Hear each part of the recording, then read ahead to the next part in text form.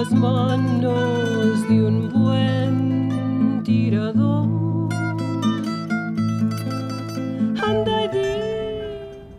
They call him a fighter. Some say he's a troublemaker. He's confrontational. Some say he's been a thorn in the side of the mining companies. He'll tell you he's a man who grew up poor, but he always knew what was right and what was wrong. He's a whistleblower. Some know him as Joe Mondragon, the character in John Nichols' classic book and the movie, The Milagro Beanfield War, who led a town of his people to stand up for what was right.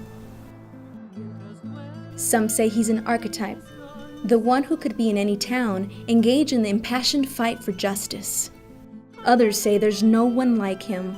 No one can fill his shoes. A friend says he's a man who loves a very sacred thing, a constitutional right. That's the real Joe Cisneros. But the true man is neither myth nor legend, history maker or lesson book. When you meet him, he says, "Just call me Joe."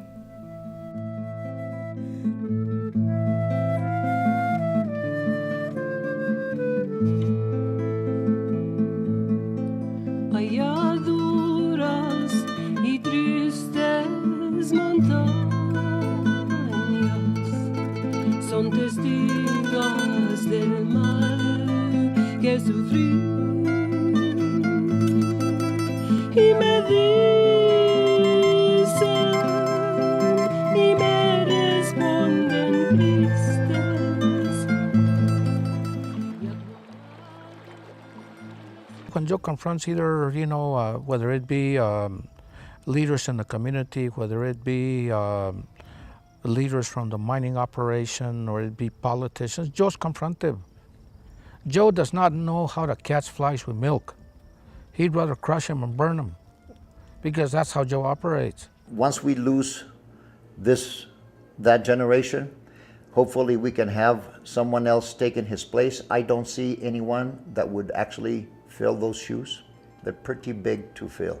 He's just a cool guy with a lot of chutzpah. And he was funny, and he was a talker, and he was involved in a lot of stuff. I mean, he's real proud of what he's done. And I think being a fighter is who Joe is. They call me troublemaker, or they call me radical. No, it doesn't matter what they call me. I'm still around. To know this man who has inspired such literature and lore, come to the enchanted hills of the northern New Mexico Rockies. The story begins here, in these hills, in the land he loves. Let's take a closer look.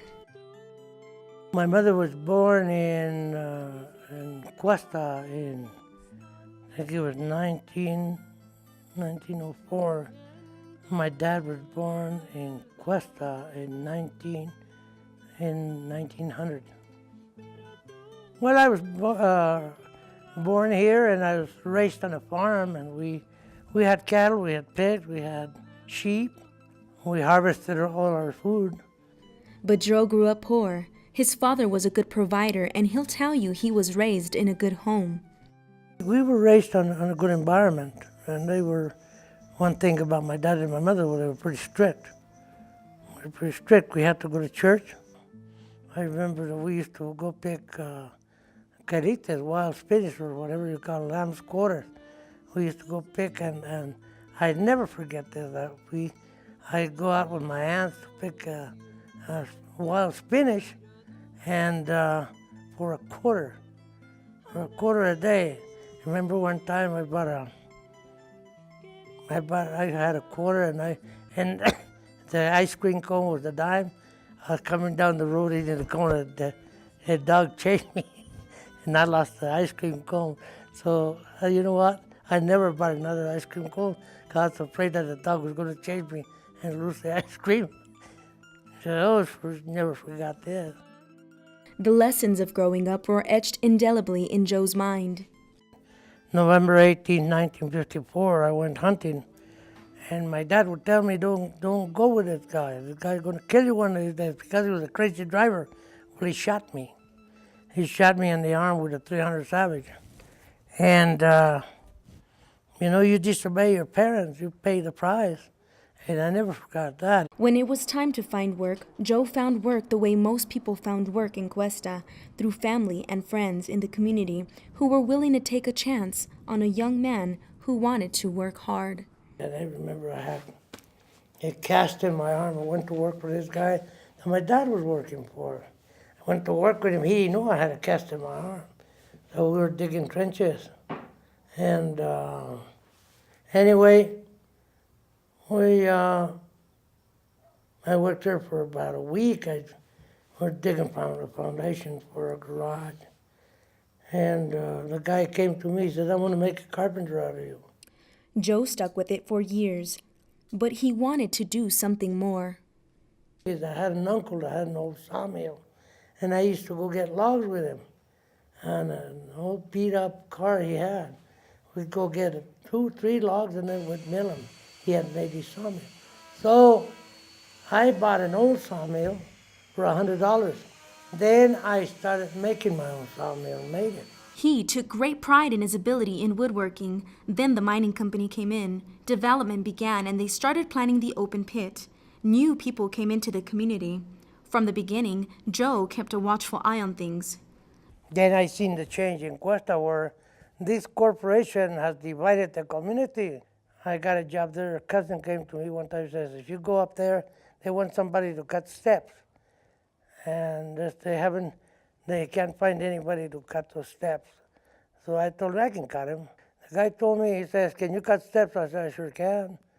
And he asked me for a formula to cut steps. And I gave him the formula.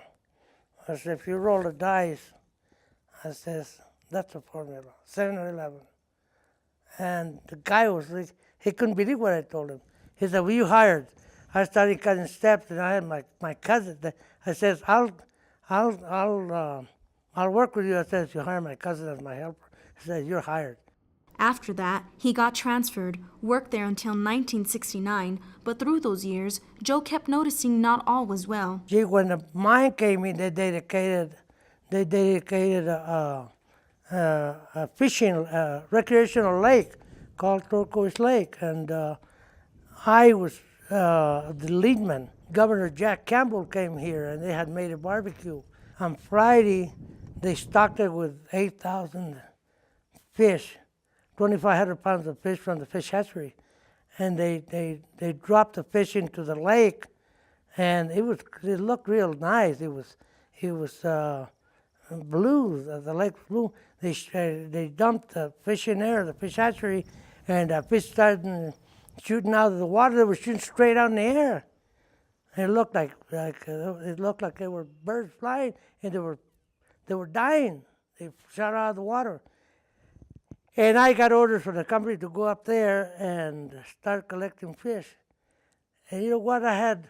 There was 3 guys helping me. These guys, when they were asked about the fish, they wouldn't talk. But they got to retire from the mine. And you know what? I got fired because I blew the whistle on them.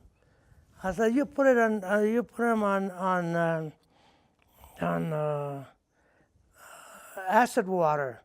I said, there's acid in there, because I seen what how they were separating the ore. They didn't have no precautions, how much cyanide, how much arsenic, how much cyanide they were going to put on PF5 chemicals that they had. They didn't take any precautions. They just had guys shovel that stuff in there, and when the ore, when they were separating the ore, you could see it bubbling, and it was the chemicals mixing with the water. More was wrong, though. Still, Joe kept speaking out. I think it was March the 19th, 1969. I was working down ways. I used to run the shop down there, and I was up here and went down in the truck, the company's truck, and got there, and it was time to go home. Somebody had advanced the clock on and when I found out they fired me for leaving the job early. The day that I first met Joe Cisneros It's probably in 1970, I think it was.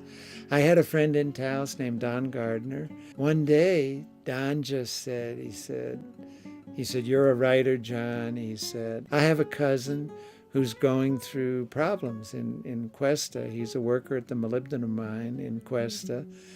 And I'd like you to come up and meet Joe Cisneros and talk to him." And at that time, I was just starting to get in touch with people at a magazine called the New Mexico Review, which was kind of a legislative journal and sort of a muckraking magazine. And Don said, "Come on up and meet Joe, and you can talk to him, and maybe there's an article in that for you." So Don and I went up to Joe's house and met Joe and spent an afternoon there just talking to Joe, in his house, and his wife made us lunch and everything. And then Joe took me out to his workshop and explained all these different projects that he did, trying to earn a living this way or that way.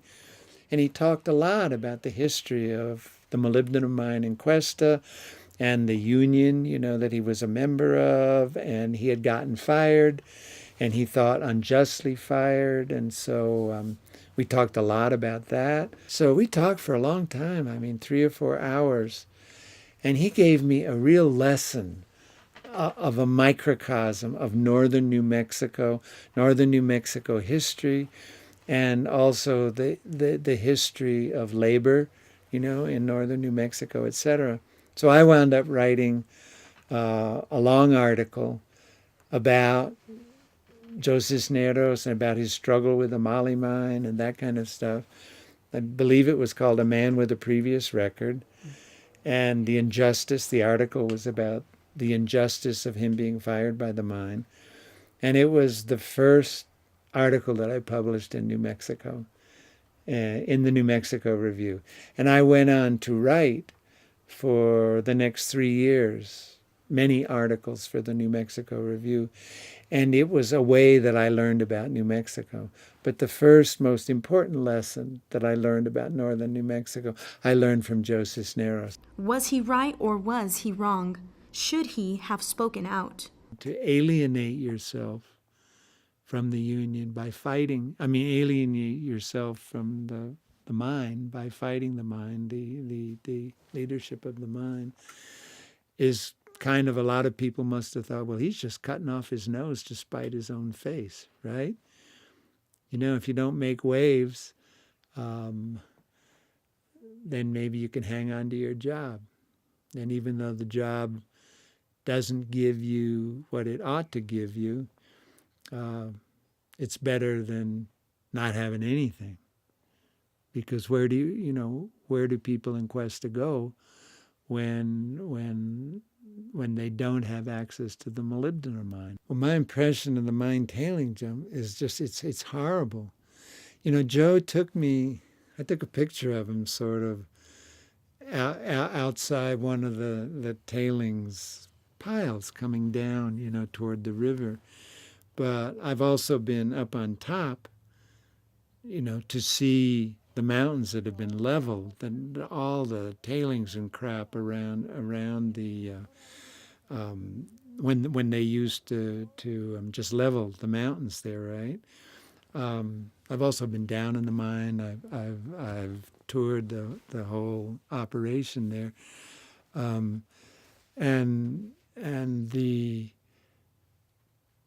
any mining operation is horrifying. I am a person that likes to go fishing. I guess most of us that were raised in northern New Mexico, that's one of the things growing up. We like to go to the river. We like to fish. And I fished this from the hatchery all the way to Red River. And that water growing up was as clear as could be. And you go up today and you see those waters are gray, red, and you know that there is some form of contamination. And that's the unfortunate thing that we're living with today. I believe it was Joe or somebody else in the coalition that asked, well, had the EPA and the Environmental Division been involved from the beginning mining operations, we wouldn't be in the situation we're in now with all the contamination, because not only did the mine drop the ball, so did the agencies that were supposed to protect us. They dropped the ball. And Joe has been confronted with people like this, with organizations like this, because they dropped the ball when they should have been protecting the community from way back, and it just wasn't happening. But the sad part about this whole thing, I think, is that finally, the community is beginning to realize that the community has a big problem. I was in the school board. I know what happens over there. We talk about pollution, contamination. When you got out of 225 kids in school, 240 kids, you have 90 kids in special ed, there's something wrong. There is something wrong in the community. People don't open their eyes to that. When you got kids in special ed, it's ridiculous. People don't believe that the kids are being harmed with all the contamination from the mine. All that tailings blows into the schools. The things that I think what really concerns me or concerned me going up, I fished Red River probably 3 years ago. And as I saw the river in its coloration, and I looked behind me, and there was the exploitation and the terror of that beautiful mountain that used to be there once. It breaks your heart. And one of my thoughts came to me, and I believe I even conveyed this to one of my boys that was fishing with me. He says, "What would you do different, Dad?" And I said, "You know what? That was a good question, but I thought about it, and I thought to myself, I says, I would have put locks on the north, the south, the west, and the east. That way we would have been this little heaven that we so much used to enjoy."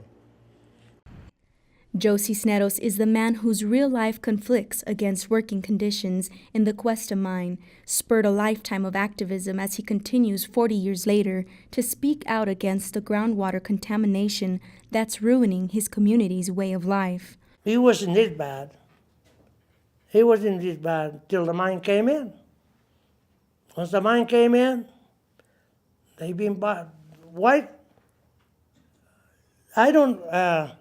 I don't see that mining is such a bad thing. What I see is that they come to our village and they turn the pigs loose in our yard. And this is very bad. And it saddens me to see what they have done. I seen that river. I grew here. I was born and raised up here. I seen everything up here. You know what? These people that don't believe that the mine is contaminating us, there's something wrong with their head. And they can see it. They don't believe it. That water wasn't that way. That river wasn't flowing gray. We used to have swimming holes up there.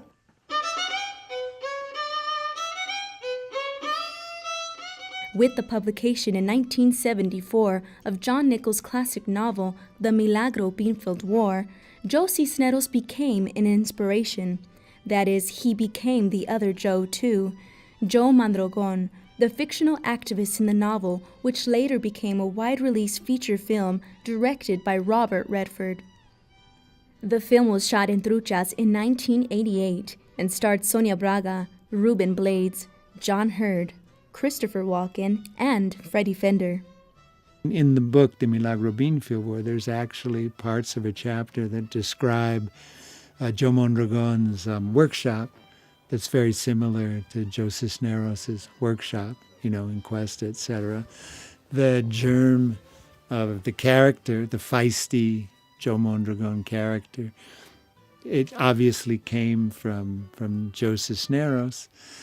At the same time, there's hundreds of other people that go into the making of the character. The character, to me, Joe Mondragon, is an archetype, right? It's an archetype for a particular character that you can find in every town, in New Mexico, in the San Luis Valley. You can find them in towns in Vermont, Montpelier, Vermont. You could find them in towns in Arizona or California, whatever. The history of, let's say, a book like the Milagro Beanfield War is that I get letters from people in Vermont, I get letters from people in North Carolina, I get letters from people in Florida and Texas, I get letters from people in Wyoming and letters from people in California saying, that's our situation here. We have the same kind of situation.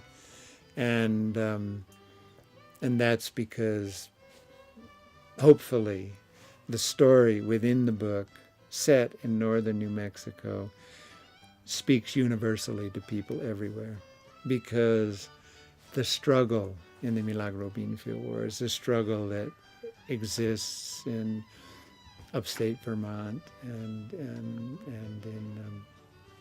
southern Louisiana. Joe Cisneros certainly can claim that he started it all. Is Joe going to sue me now? What's going to happen here? I'm saying all this stuff.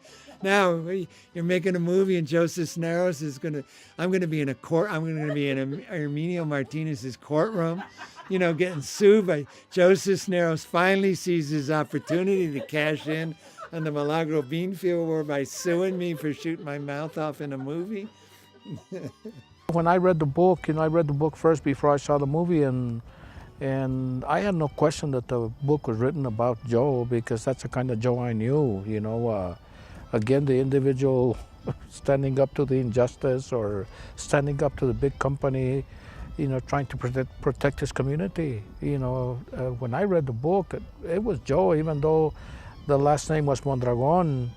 In Joe Mondragon, I saw Joe Cisneros is who I saw. That Joe touched so many lives raises interesting questions about how the everyman speaks up when progress threatens sustainability. In Joe, John Nichols saw how Joe Cisneros fit into the larger narrative of community activism. I do not know, how Cuesta, sees Joe. I mean, I'm sure that there are many different allegiances in Cuesta, so that there are arguments between various sides on various issues, And I do know that, some people, many people have earned a living from that mine, I also know that the water that the people in Cuesta drink, has been polluted by that mine. I know that, So there's an enormous amount of contradictions in the history of the mine in Cuesta, but the same way that there's an enormous amount of contradictions in everything that humanity does, growth for the sake of growth, progress, making more cars, more airplanes, more automobiles, bigger factories, more computers. I mean, everything that we do trashes the biology that sustains us, the landscape where we live. There's a huge price we pay for everything. The people that see Joe Cisneros on the left are people that are very much in tune with what he's trying to support and promote. On the right, there are individuals that think Joe Cisneros is not always in tune with the things that promote other interests.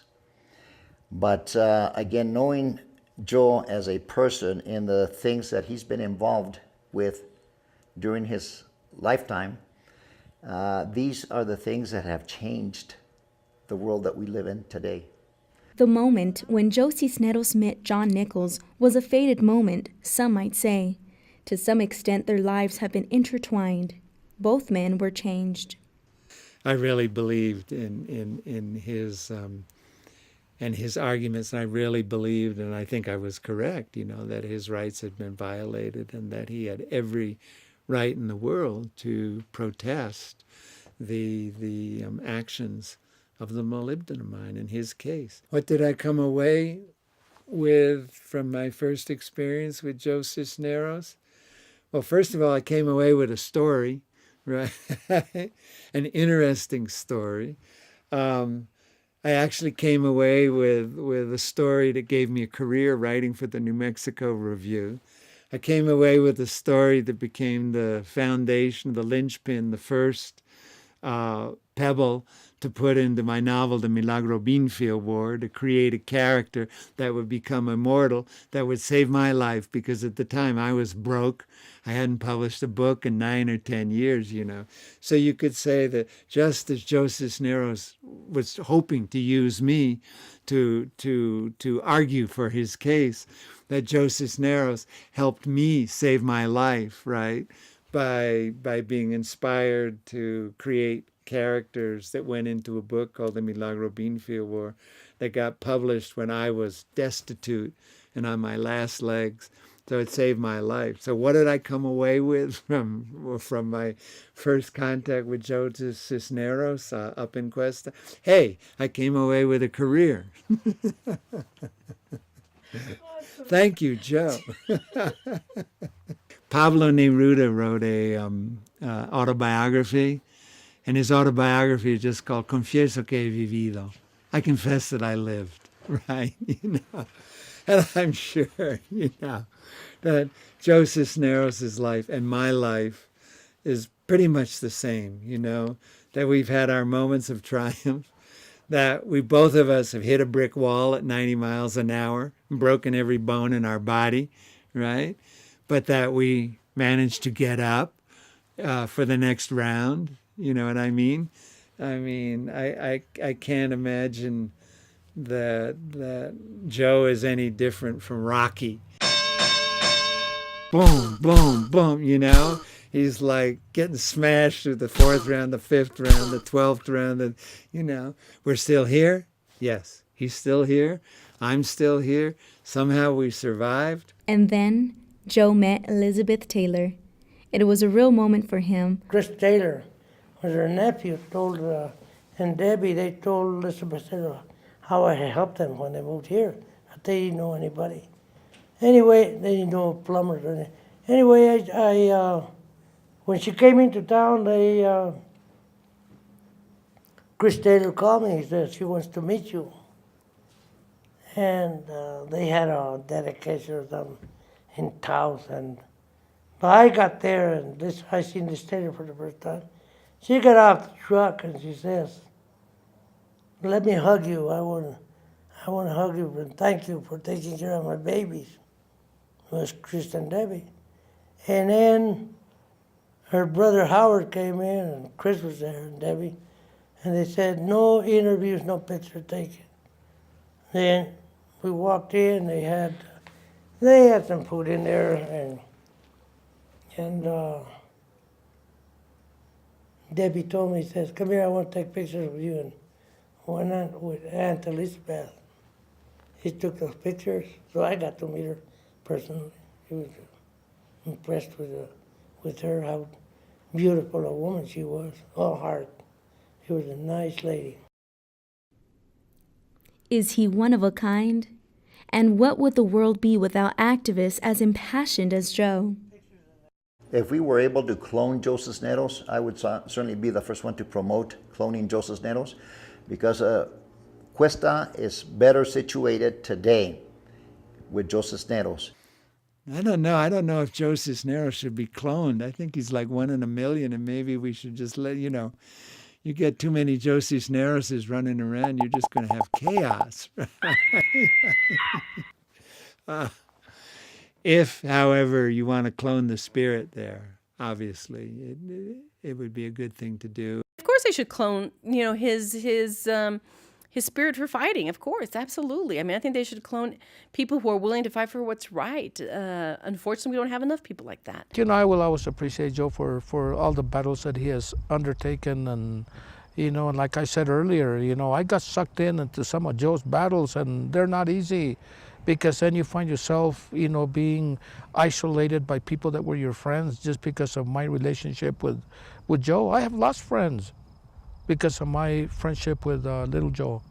You know, it doesn't matter to me, you know, and because I believe that like he does. You know, there are some injustices that need to be corrected, and if I lose friends over it, I don't regret that, because then that means that those friends were with their heads somewhere else and not in the right place. I tell a lot of people, he said, what do you do the first thing in the morning when you get up? When you wake up? And I look at it and get serious and I say, well, I say, thank you, Lord, for giving me another day. Who am I going to get today? And people, when I ever tell them that, they look at me and say, panic. He said, I better not be me. One of the things that's very impressive about Joe Cisneros is that there is that passion, the love that he's got for a very sacred thing, which is a constitutional right, that it's so dear to his heart and to his soul. And he fights with a passion to sustain that right for you, for me, for the village, the communities of Cuesta, and other communities throughout northern New Mexico. That is the real Joe Cisneros. But don't betray him and don't cross him. He'll work with you, he'll agree and disagree, but don't you ever betray him. Joe Cisneros served as a trustee on the Cuesta Independent Schools Board from 1991 to 1995, and again from 2001 to 2009.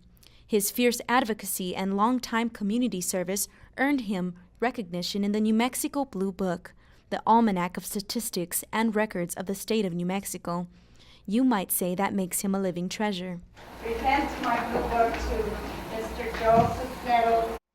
Joe, I think, had asked me to write something. He wanted me to speak on that occasion. Well, I thought that the easiest way would be to create this story where the good Lord came down and was handing out talents, and the good Lord had to exercise a lot of patience with Joe, because not only did he want talents, he wanted to be the smartest man in Cuesta and all these other things. And in the end, I think I closed it by the good Lord asking Joe, well, what are you going to do for me? And in that regard, I think that the way the story went, I had the good Lord ask Joe that he would have to be the watchdog of the community. The good Lord turned to Jordan and told Jordan, mijito, if I give you all the talents and if I give you all the blessings, what's left for the rest? And Jordan got the same little board and pointed to the masses. He says, míralo, look at them, Lord. You gave them a talent, they'll waste it. You give them a blessing and they won't know what to do. I think that David hit it the nail right in the head, because David has known me for a long time, and he knows what I'm all about. And what he said, I think that it was true. I don't think he made it up. But I didn't know he was going to say that. I didn't know Dave was going to say that. I couldn't believe it when he started saying that I had asked the Lord to be the best carpenter, the best plumber, the best woodworker. Did you ask for that? Well, I don't know. Maybe I did. I don't know. But there's in everybody's life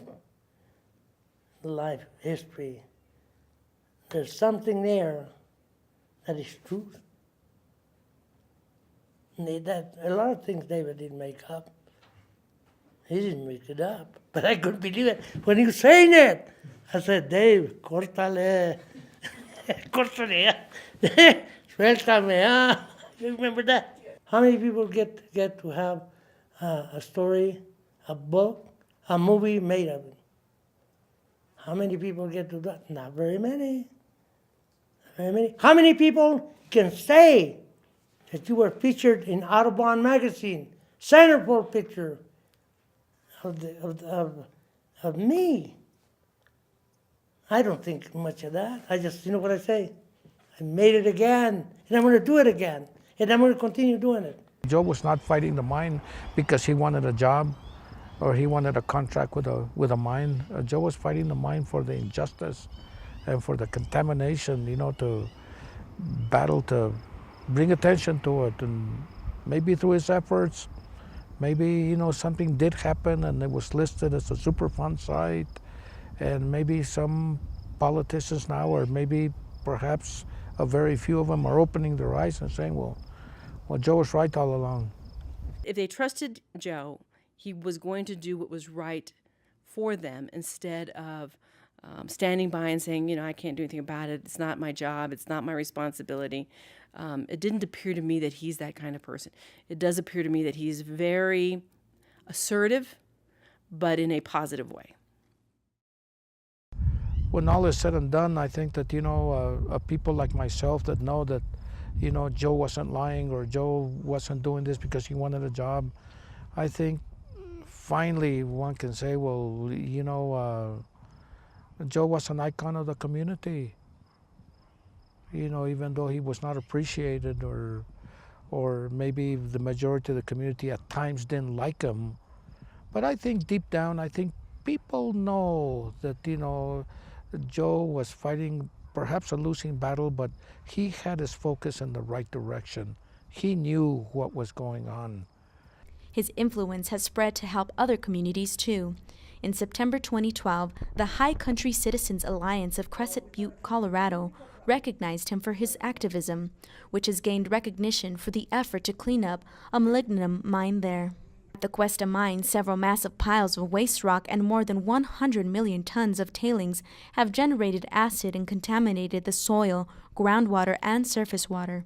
The Red River, which holds a cold water state fish hatchery, is contaminated too. There is an issue to be addressed. Believe me, Joe will go to uphold, the right thing. So he's not afraid to speak his mind, even though he knows that he will get people who will contradict him or go against him. If he believes in something, it appears to me that that is what he does. He pushes forward with that fight and making sure people are aware so that they can make it right. If they've done wrong, I know how to work on them.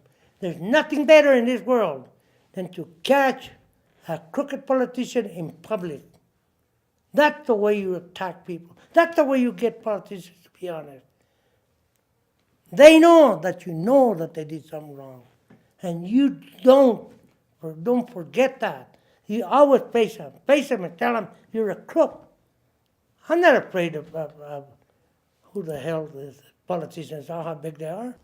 Because that's how Joe operates. And sometimes that's not maybe the best way, but that's Joe's way, is to be confrontive. And sometimes people are embarrassed because Joe brings up the truth to either politicians or leaders in the community or mine representatives. They don't like to see Joe in a meeting because they know Joe is going to confront them with the truth probably, and they don't like this. That's what I've seen about Joe. I have seen Joe confront people that were supposedly in this community to help the community, and nothing could have been farther from the truth. One particular group, the R3G group, it was a restoration group that was supposed to represent the community of Cuesta. Joe confronted them many times because they weren't even holding meetings in Cuesta. There's no money that can buy me out, and I'm not for sale. I'll never sell out. I says, I might be poor, but I'm proud. I'm a proud person. And when I meet my maker, I don't have to take that with me. That's all that counts. As long as I can face the people and say, I protected you. And I'm here to protect you. I'm here to protect your land. And one of these days, I'm going to be gone. Who's going to pick up the fight? Who's going to pick up the fight? I want to see who's out there that will go out there and face reality. There's no people around. Very few of them. But you know what? I can stand any place. Como dice mi raza, en cualquier gallinero yo caracaqueo. En cualquier gallinero me puedo parar. Yo me puedo parar en cualquier... No tengo que tener el cuello almidonado, pero yo sé quién soy. I don't have to have a star's color to show who I am. And I'm proud of that. I think he is someone who can be a great role model for kids, for fighting for what is right, having the courage to do it, even if it means you do it alone. And even if you stand alone for the entire fight. As long as you know it's right, I have no doubt that he has planted those seeds with people within his community. Then it's been a big battle with this company, but you know what? If I had to relive this life again, I wouldn't change. I would still be here to protect what I seen when I was growing up. This was a beautiful community, a clean community.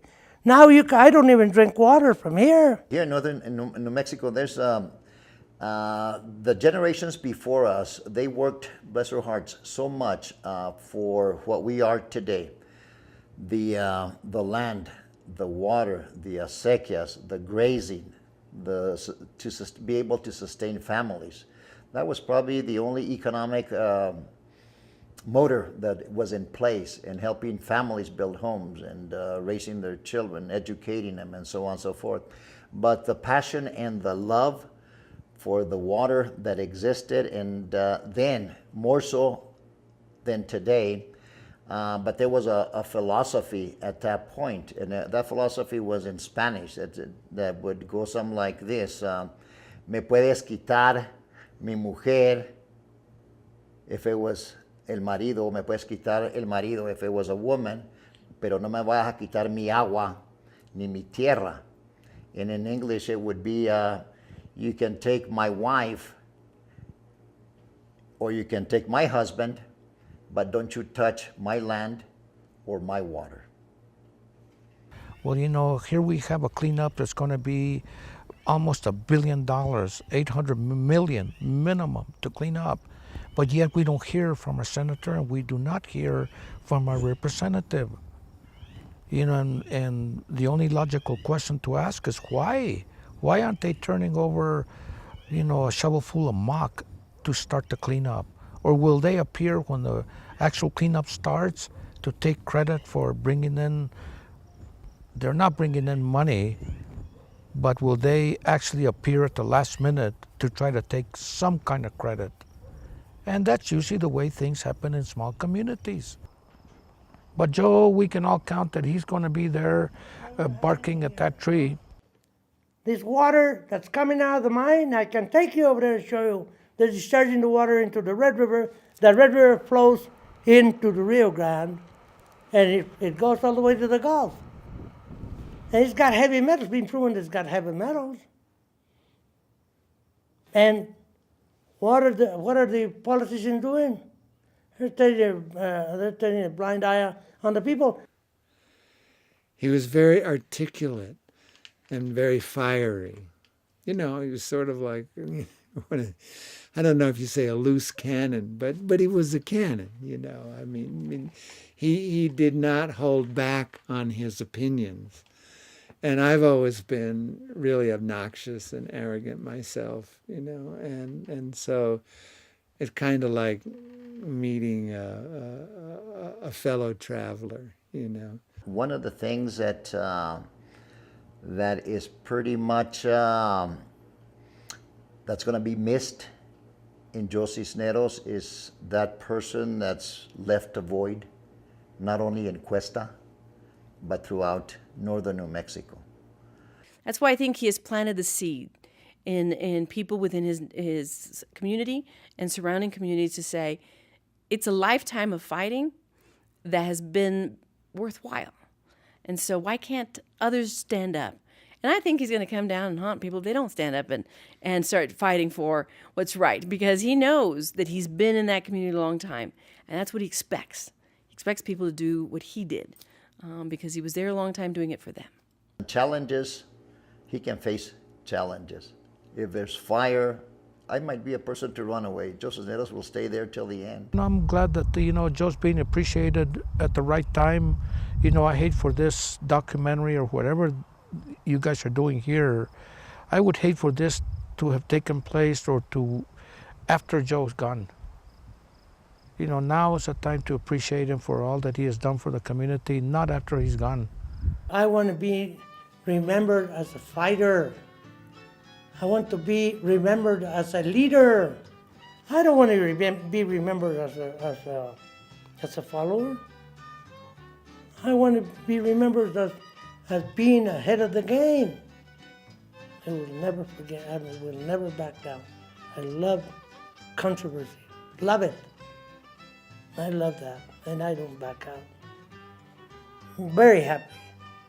I'm very proud of the things that I've done. When I see injustices, I'm going to be involved. If people call me for help, I'm going to be there.